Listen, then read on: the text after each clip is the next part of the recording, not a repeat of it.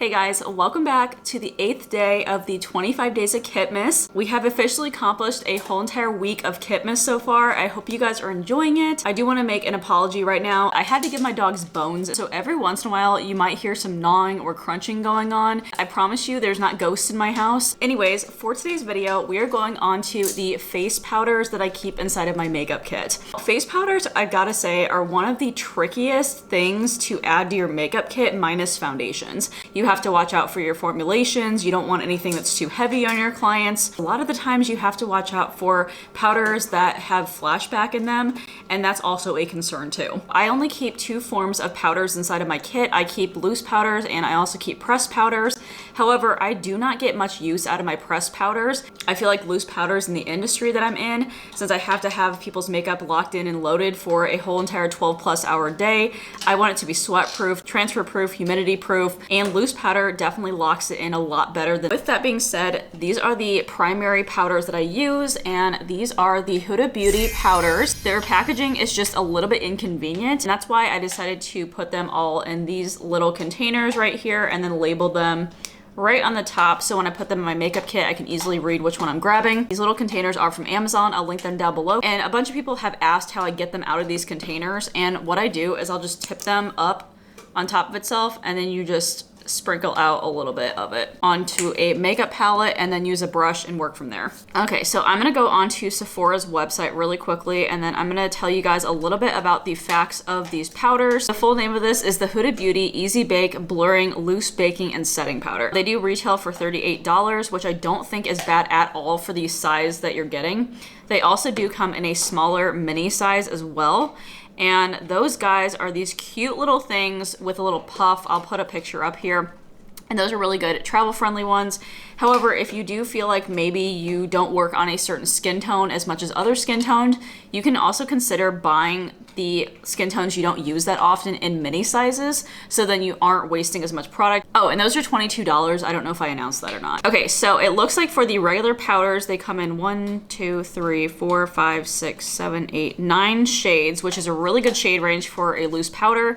And then in the mini size ones, they come in 1, 2, 3, 4 different sizes. So I'm gonna go from lightness to darkness, and I have 4 different shades, as you guys saw. I have this one right here, which is the shade Sugar Cookie. And this is considered fair to tan skin tones, although I don't know if I'd actually use it on a tan complexion. It seems a little bit white for that. The next one is the Pound Cake shade, and this one is probably my most used one, and this is just solely based off of the skin tones that I have. So this one is considered a fair, light, medium, and tan skin tone powder. It has golden undertones, which are supposed to brighten and disguise under eye darkness. Going on to the deeper shades, so I decided to get Blondie. This one is considered a powder for light, medium, and tan skin tones. It has golden undertones, which brighten. The last powder that I have is the darkest shade in the range, the Cinnamon Bun shade, and I actually just used this on a bride this past weekend because she had a very dark complexion, and it was perfect for her skin tone. It's for rich skin tones. It has golden undertones to brighten and disguise under eye darkness. You can tell that there's quite a bit of a difference in between all of these shades, especially these two right here. So sometimes if I have a person that is in between these two shades, I will literally mix a 50-50 ratio between these two, put it on my palette, mix it together, and apply it with a sponge or a puff, and that's exactly how I do that. It works exactly the same way like foundation mixing does. I am going to read you the benefits and the highlights of this product. So under what it is, it's a highly pigmented, silky setting powder that bakes and sets, blurs the look of fine lines, and locks in makeup for 10 hours with an airbrush finish. Highlighted ingredients is vitamin E, which moisturizes and strengthens the skin barrier for a smooth application. It has rice starch powder, which absorbs excess oil. Micronized powder, which allows you to layer without caking. And then it is formulated without parabens and it's gluten-free. It is considered long-wearing and non-comedogenic, which means it's less likely to clog pores and cause acne. It is flashback-free, which is great. So this is why I like it for especially bridal or camera work. If you're a film and television makeup artist, you might love this one too. It blends seamlessly into the skin with a blurring matte finish to control shine and keep makeup in place all day. This oil absorbing vitamin E enriched powder works to subtly color correct and highlight contours of the face, leaving a translucent veil of color on your skin. I do want to say that I never use this for actual baking. So usually what I'll do is use a damp sponge and or use a powder puff depending on how much I want to lock in the makeup. If somebody is a little bit more oily, I'll use a powder puff because it is drier and it just absorbs a little bit more and less oils seem to come through. If they are a little bit drier, I'll use a damp sponge. So I kind of just alternate depending on the skin type. So instead of baking, the method that I usually do with it is I will pick it up on a sponge or a puff. I'll apply it on a person's face in the area that I want it to be. And instead of letting it sit there and baking, I'll go ahead and use the sponge or the puff and blend it all the way in. So it almost just presses it into a person's skin until I can't see it anymore. And that's the method that I've done for years now. And it's worked really well. People's makeup have lasted all day. The only thing that I will definitely warn you guys about with these is that they do have a fragrance to them.